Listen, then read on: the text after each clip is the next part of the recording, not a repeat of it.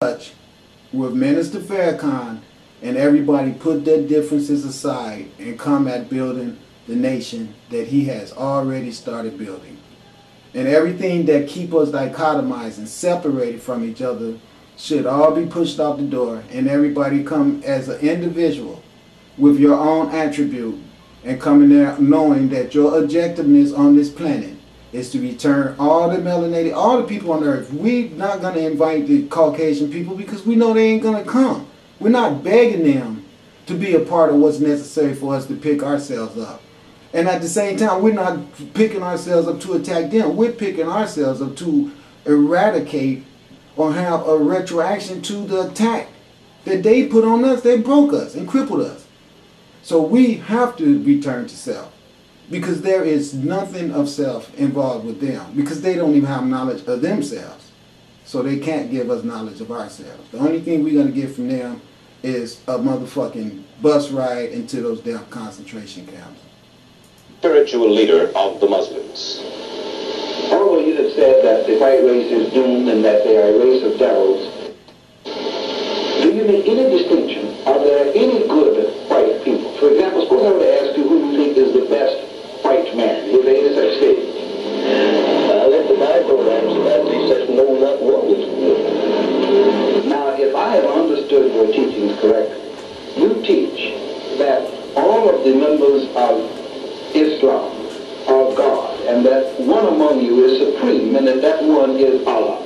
Now, have I understood you correctly? That's right.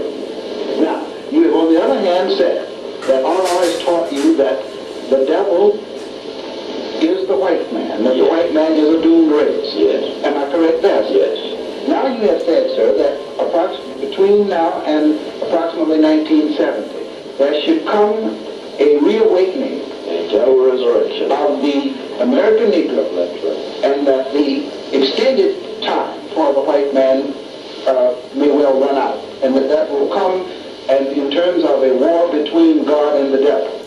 And see, what he's saying is absolutely right, and the white man knew that himself, and that's the reason why he came out and started that civil rights movement. He deliberately did circumstances to black people that will push them over the edge and get them in a state of frenzied, fettered mind because of the bad things they did, burning people up in garbage trucks and all that. They do that stuff. That's why they still murder black young men now. They do that stuff to get your brain fettered up, to get you away from paying attention to the information coming to you from the sunlight. You sitting up now watching the news all day, all right, because all of these circumstances they keep bombarding you with that's constantly happening between white brutality against black men. But the only thing we got to do as a people is just let him keep doing what he's doing, because the universe is wiping him off the earth. And then what we should be doing is uniting and coming together to build our communities, use spiritual energy around our communities, so all these cataclysms around the earth doesn't touch our neighborhoods. This is the spiritual cosmic people that we are. That's the reason he have his hat on with the moon in it and the constellations of the stars. And I look at it and see starships in it. I see spirals. I see everything in this man's hat because he was there. He had the cosmic knowledge.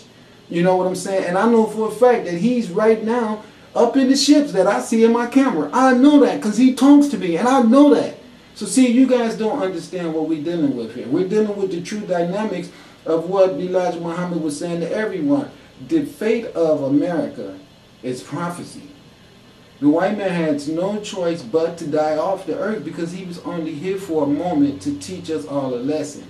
So what's going to happen is he's going to be gone, and all of the people who were so messed up and their own understanding of self that created the necessity for him to arrive is going to be gone with him. And the only people that's going to be left to be able to start this earth over is going to be the melanated people with knowledge of self. And without knowledge of self, you can't even call yourself a melanated person, because you're going to want to remain black, and you're going to want to stay a nigger, and you're going to want to keep sagging, and you're going to keep wanting to go to church and keep eating meat, all right, and keep having sex.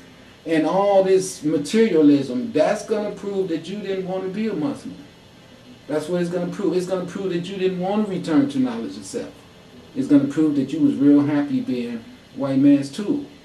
Because without returning to knowledge of self, becoming a Moor or a Muslim is what they call them here in Americas, I'm not associating myself with those Arabs. I don't have nothing to do with them. We were Muslims way before they became Muslims and tarnished it. And I don't call myself a Muslim now. What I call myself is a God. I study ancient Kemetic teaching. This is what Elijah Muhammad told everybody they were. Gods. He didn't tell them they was Muslims. He said that the black man and woman is God and goddess. Muslims is a title of the group that we all come together under one accord. It's a title. It's not who you are. It is an organization title. Who you are is God, and you can prove that by acting godly. Every essence of being a God is in our heart. We can't turn it on and activate it because we got the ungodly people around us educating us and giving us religion. This is what he was talking about. Come from amongst them. The same message Yeshua was bringing. Same message Noble Drew Ali bring. Same message Asarasa Teppenra bring. Same message Minister Farrakhan bringing. Same message Malcolm X brought. This coming destruction of the white man, will there be any bloodshed involved in this, or will it be a complete mental thing? According to the teachings of the prophets of old and of God himself, there will be plenty of bloodshed. You knew that. Plenty of it. Have you ever been accused, sir, of preaching hate? Yes. Do you think you are preaching hate? No. What are you preaching, sir? Truth. And if the truth is irritable or classified as hate, then I cannot help that. But of even more interest to New Yorkers is Malcolm X, the Muslims' New York minister. He is a remarkable man, a man who, by his own admission, was once a procurer and peddler. He served time for robbery in the Michigan and Massachusetts state penitentiaries. But now he's a changed man. He will not smoke or drink. He will not even eat in a restaurant that houses a tavern. He told Newsbeat that his life changed for him when the Muslim faith taught him no longer to be ashamed of being a black man.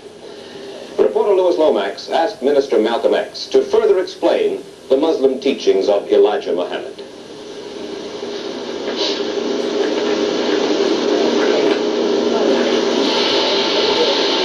That in the same context that Mr. Elijah Muhammad teaches that his faith, that the Islamic faith is for the black man, and that the black man is good. He also uses the Old Testament instance of the serpent and Adam and Eve in the Garden of Eden, and he sets up the proposition there that this is the great battle between good and evil, and he uses the phrase devils. Yes. And he uses it almost interchangeably and synonymous with the word snake.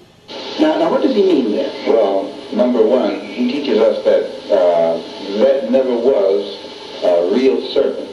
It was not a real serpent. That went into the garden. What was it? But as you know, the Bible is written in symbols and parables, and this serpent or snake is a symbol that's used to hide the real identity of the one whom that actually was. Well, who was it? The white man.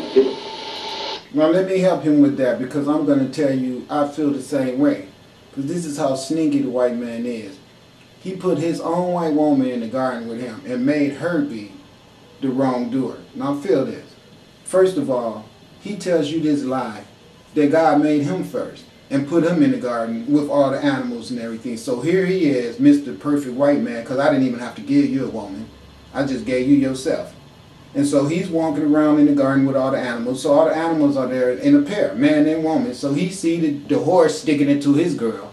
The rabbit's doing it all day. All right, everything on the earth got a woman to be screwing but Adam. But for some reason, Adam don't go to God and say, hey, God, why didn't you give my, as soon as other people come on the earth, you're going to see how oversexed I am, because I'm going to be having sex with animals and small children and every damn thing. And you should have known that because you're all-knowing God, but you made me by myself first. And so, where is my coochie at? He never asked God that. But then even better than that, Adam was not alone, according to him. He was in the garden with a serpent. But him and the serpent had companionship, and the serpent always enticed Adam to do wrong. But Adam was strong and powerful, more abiding by God's rule, than told the serpent, no, you have no power over me. But then here comes the weak woman that Adam one day was observed by God, feeling a tad bit lonely because he didn't have a woman. So God made his available to make everything as go to sleep and took the woman from his rib.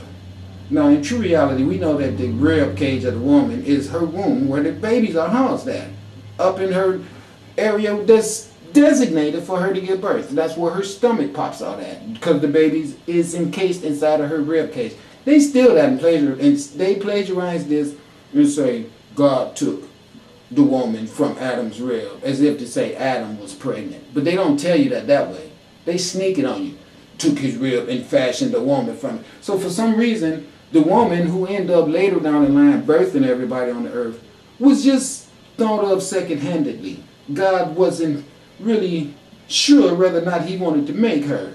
And then when he decided, okay, I'll give Adam a counterpart or a mate, what a mistake he made. Because as soon as she came on earth, what did she do? She listened to the serpent. So the woman and the serpent is who cheated God, because Adam couldn't, because Adam was the white man who was the progenitor of all on earth. But then for some reason he wasn't, because he got killed somehow, and then all of a sudden it's Abraham. See, all that bullshit, you know, it's just too much garbage. First of all, Adam ain't had no rib taken out for Eve to come. Eve, if Adam and Eve was going to show up on earth, would have showed up before him, or either they'd have showed up simultaneously. That's how the universe works. We all know that the universe never makes one single anything. It always makes pairs.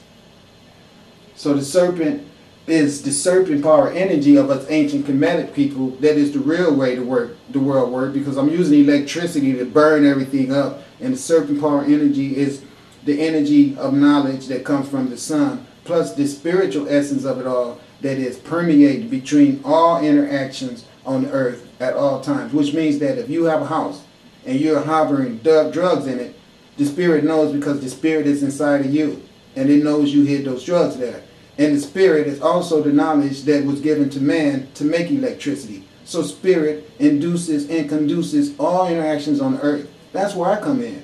And you don't believe that. But it doesn't matter, because just like Malcolm and Elijah Muhammad and Minister Farrakhan warned everyone that God was going to come to the earth, guess what? I'm here. And I am here to kill you white men for the evil shit you've done. So prepare to die. And there's not a damn thing you can do about it. I would call your attention, Minister Malcolm, to one paragraph in this column. He says, and I quote him, "The only people born of Allah are the black nation, of whom the so-called American Negroes are descendants." Yes. Now, is this your standard teaching? Yes. He teaches us that the black man by nature is divine. Now, does this mean that the white man by nature is evil? By nature he is other divine. Well, now, does this mean that he's evil? Can he do good? By nature he is evil. He cannot do good. History is best qualified to reward all research, and we don't have any historic example where we have found that they collectively as a people have done good. Minister Malcolm, you now in Chicago and in Detroit have universities of Islam, do you not? Yes, sir, in Detroit and Chicago. And you take your parishioners, you take children from the kindergarten ages, and you train them right through high school. Yes, sir. From the age of 4, I think it is upward. And you have a certified parochial school operating in Chicago. In Chicago and in Detroit. And in Detroit. And kids come to your school in lieu of going to what we would call regular day school. Yes, sir, many. What do you teach them there?